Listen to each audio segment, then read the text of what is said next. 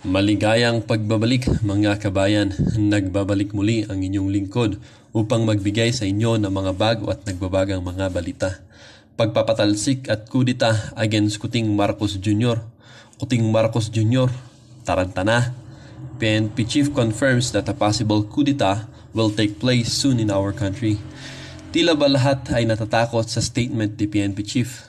Panoorin ang buong video upang malaman ang buong istorya at kung bago ka pa lamang sa aking channel, huwag kakalimutang mag-subscribe at pindutin ang notification bell at piliin ang all upang laging maging updated sa mga bago at nagbabagang mga balita.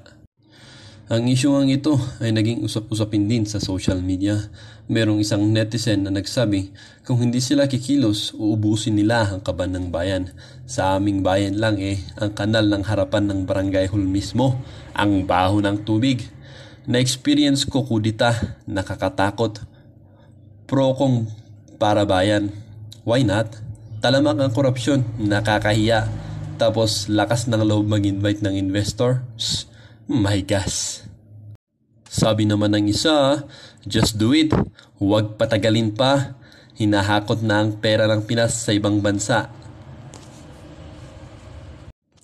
Sabi naman ng isang netizen, time for the military to arrest senators and congressmen for conniving graft and corruption. Stealing people's money by passing the congruent resolution number 10, the act of conniving, especially knowledge of and active or passive consent to wrongdoing. The 1987 Constitution of the Republic of the Philippines, Article 2, Section 27, the state shall maintain honesty and integrity in the public service and take positive and effective measures against graft and corruption. Magandang araw mga kaibigan. Gusto kong magbigay ng reaksyon dito sa mga statements ni PNP Chief General Acorda. Tungkol ito sa napapabalitang kudita, destabilization kontra sa PBBM admin. Medyo mabigat, malaman yung kanyang sinasabi.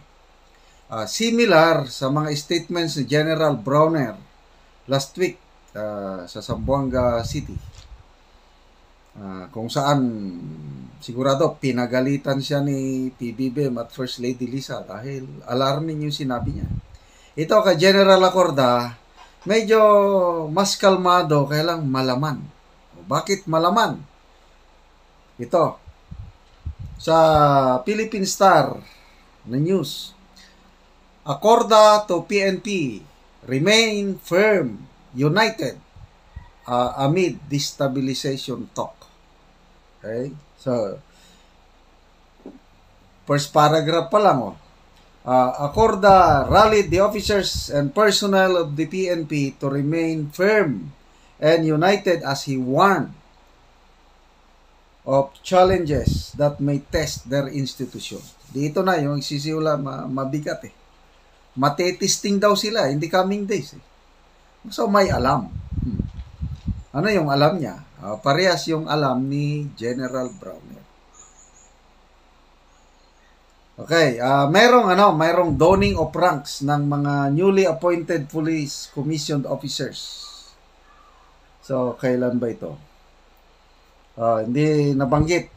Basta sa Camp Crame, donning of ranks. Mga doctors, lawyers, dentists, chemists, mga professionals pumasok sa PNP. That's good. Ito yung exact statement ng PNP chief. Himay-himayin natin I want us to unite as an institution. We should be one in these common grounds in trust, unity, and shared commitment to the service. I hope that this institution will not be tested in the coming months or days. But if it will be tested, I hope that we are united. Ano sa tingin nyo? Yang mga statements coming from a PNP chief. Una, kung rumors lang o kung Kasi sabi ni General Anyo, wala daw eh.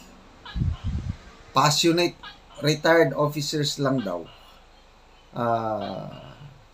Kakaroon ng academic discussion within the bounds of the legal system na nagpapahayag lang ng hindi pagkagusto sa nangyayari. Yon kay General Anyo. Matindi yung kay General Browner dahil may mga many, sabi niya eh. Many are calling for the resignation or tanggalin ng presidente. Some of them are retired officers and kinausap ko na sila. Hindi nagsisinungaling si General Browner, naniniwala ako na may mga kinausap siya. So, ito, statements ng both AFP chief and PNP chief, nakikita ko na there is something going on na tayo hindi pa natin alam ang detalye. Hindi dinetalye ni General Acorda yung sinasabi niya, we remain united. Pag matistingan tayo, sana magkaisa tayo. Bakit? Kasi napatunayan na eh. Noong kailan ba yun? Yung panahon ni Erap. Noong napatalsik ang presidente at ang PNP chief, General Lacson noon, bumaliktad. The whole PNP, the whole AFP, withdraw of support. Maybe, hindi kudita. Okay? Kasi, madugo yung kudita. Ako, I'd like to make myself clear. Hindi ako nananawagan ng kudita. Kasi naranasan ko nang sumama sa kudita. Kawawa ang mga napreso, mga natanggal, mga kasama namin na preso, na demote, tanggal serbisyo. Mabuti nga, maswerte ako at hindi naapektuhan ang aking military service sa pag-join sa bloodiest coup attempts versus Cory administration noong 1989. Mabuti at nakapag-general pa ako. So, not necessarily yung madugong kudita kasi wala tayong history sa Pilipinas na nagpatayan ng Pilipino kapwa Pilipino dahil sa mga kudita na yan. Yung 1986, walang bloodless. Kasi kusang umalis ang isang mapagmahal na presidente. Yun po ang, to me, the greatest legacy ni President Marcos Sr. Noong isinakripisyo niya yung sarili niya, yung kanyang presidency, at umalis sa Malacanang para walang mamatay na Pilipino. Although alam niya na ang may kagagawan nun, US, CIA. So, yun po ang hindi ko, the greatest single act of greatness ng yumaong Marcos Sr. yung umalis siya sa Malacanang at pinabayang mag-take over si Cory Aquino. My forever salute to that great President Marcos Sr. Pati itong junior niya, ay one ko na lang. Hindi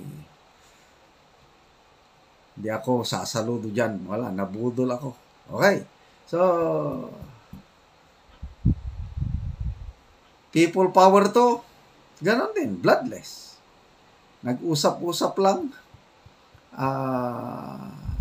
AFP generals, PNP generals, madaling mag-usap-usap yan dahil sa PMA connection nila.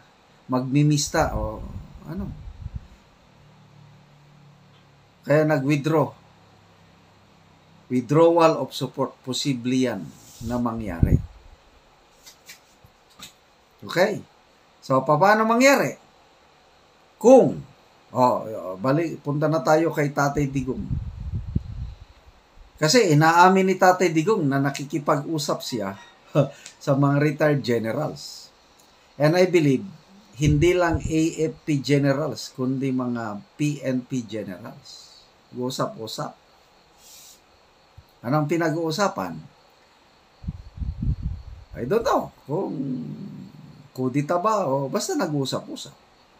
Kaya lang, mabigat yung sinabi ni malaman yung sinabi ni Tatay Digong sa kanyang programa, Gikan sa Masa para sa Masa. Ano sabi niya?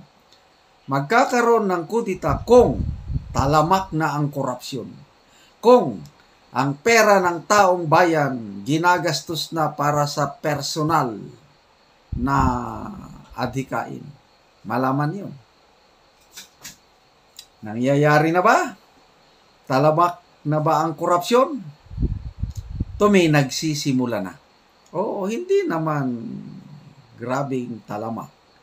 Kailan? Wala na. It's a cause of concern, yung korupsyon. Korupsyon sa gobyerno, kaliwat kanan. Congress. Ano yung bagong nalaman natin? Extraordinary funds. Liquidation, certification lang. To me, hindi na pwede yun. Mag-iingay ako. Kanina, bumili ako ng inutusan ako ng aking wife, commander, bumili ng kamatis, repolyo, seaweeds, and then carrots. Kaunti lang, yung kunti-kunti lang binili ko. Kasi dalawa lamang kaming mag-asawa. Kakaunti yung binili ko, 100 pesos. So naisip ko, okay pa ako, kaya ko pa yun. Paano yung nasa laylayan? Paano yung kumikita lang ng 203? Kahapon, naawa ako sa may lalaki, bata pa, di pamilya, isang anak. Suroy-suroy. Nagtitinda ng solar lights. Kinausap ko, isa daw ang anak at yun lang ang tanging hanap buhay niya. Ang ganansya niya sa isang solar light is 50 pesos. Karamihan daw, masiro siya kung makabinta man isa, dalawa. 50 lang ang iyang kita. Isa, either 50 or 100 ang kita niya sa isang araw. Isang anak niya, 3 ang pakainin niyang tiyan. Paano niya ipapagkasya yung 100? Ang kilo ng bigas, 50 pesos na yung medyo arang-arang o maganda. Yung 40 pesos hindi na makain ng tao. So, yun po yung paghihirap tapos ang ating mga congressmen na para bang nagmamalinis na nasaktan sila sa batikos ni Tatay Digong na they are the most rotten institution in this country. Nagmamalinis kunuhay na they are willing to fight, defend the integrity of the House. Anong integrity of the House? Mga honorable congressman. Pera namin, taxpayers money, certification lang. Tambalos-los. So, ulitin ko, korupsyon. Pag napuno na ang taong bayan sa korupsyon, I don't know, history repeat itself. Baka Estrada, another Estrada na naman. So, dahil sa mga ganyang pangyayari, nakikita ko naprapraning na po ang presidente. Naprapraning na ang PNP chief. Hindi yan magsasalita ng PNP chief ng ganon na let's remain united if we will be tested.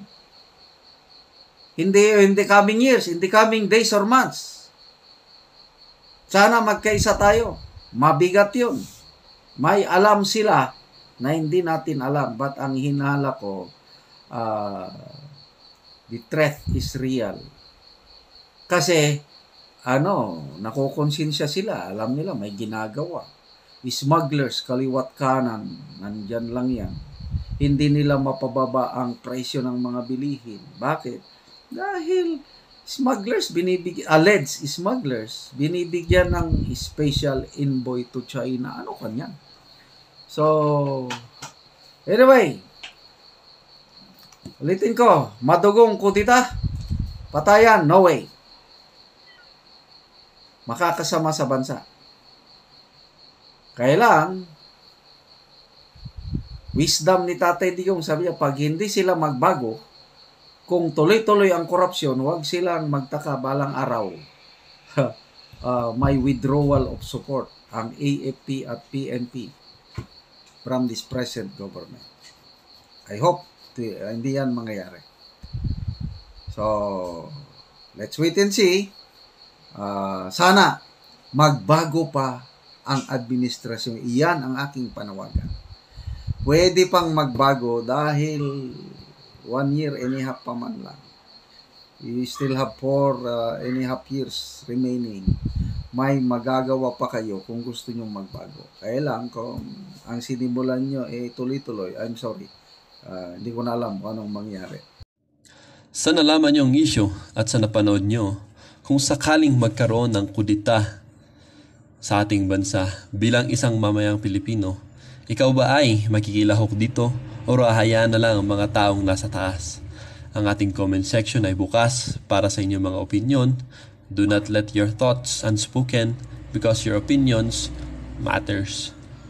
Muli po, maraming salamat sa inyong patuloy na pagsuporta sa ating channel. Huwag kakalimutang mag-like and share ang video upang ang inyong mga kakilala ay maging updated din sa kung ano man ang nangyayari sa ating bansa. Hanggang sa muli!